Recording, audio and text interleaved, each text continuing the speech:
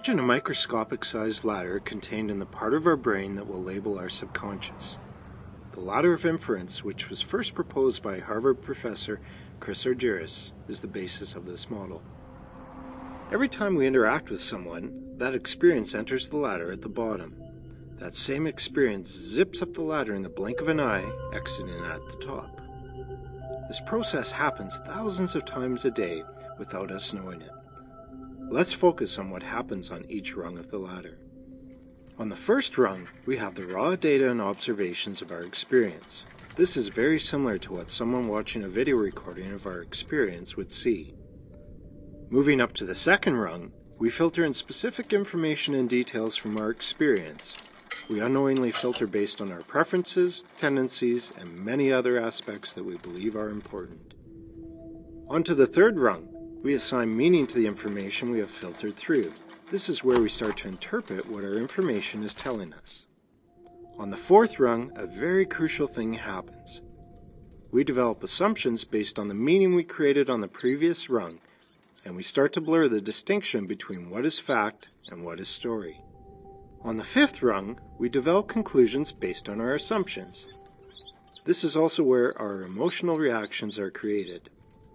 On the sixth rung, we adjust our beliefs about the world around us, including the person or people involved in our experience of the moment. On the seventh and final rung, we take action based on our adjusted beliefs. Still with me? Great! Let's take a real-life example and run it up the ladder to see how this all works.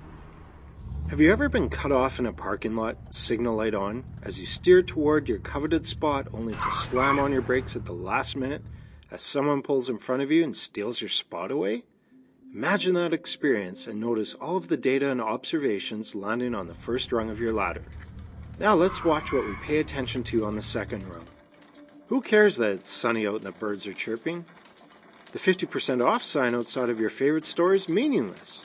You filter in the sensation of your grip tightening on the wheel, you feel your blood pressure rise, you hear the squeal of your brakes, and you notice the expression on the face of the other driver as he pulls in front of you and quickly looks away. Time for our third rung. Ever since you were young, your parents taught you the importance of waiting in line and taking your turn. You live and die by the rule of first come, first served. And now this guy has just stolen your spot. What gives? Up to the fourth rung we go. Watch closely as our assumptions take over and our story creates itself.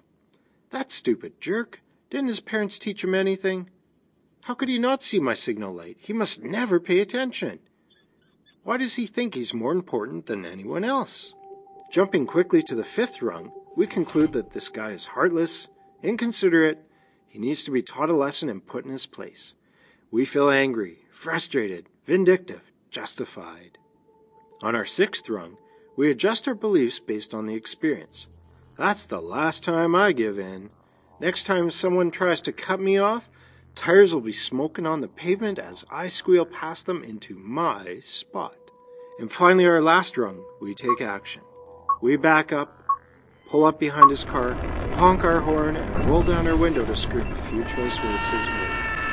Now, imagine, he walks over quickly, apologizing. His wife, who is almost due with their first baby, called him from inside the mall to say she is in labor and needs to get to the hospital immediately. We are momentarily shocked, apologize profusely, and wish him luck as he rushes toward the entrance. What just happened here? What changed? Why is this so significant? In our parking lot example, our beliefs were short-circuited by the ladder of the other individual. My wife is in labor. I need to get there quick. There's a parking spot. Phew! Oh, geez, I cut someone off. I better apologize quickly so they don't think I'm a jerk. But what if we were able to short-circuit our ladders ourselves? Proactively, by choice. Guess what? We can. Let's return to our unique human function of free will.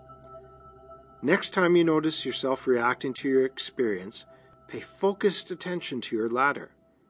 Ask yourself what beliefs are at play, and where did they come from? What data and observations did you filter in as a result of your beliefs, and why? Are your assumptions valid and supported by facts? Would a different set of assumptions create different feelings and result in new and better conclusions and actions? We all have our own unique ladder. Be mindful of yours and help others to see theirs.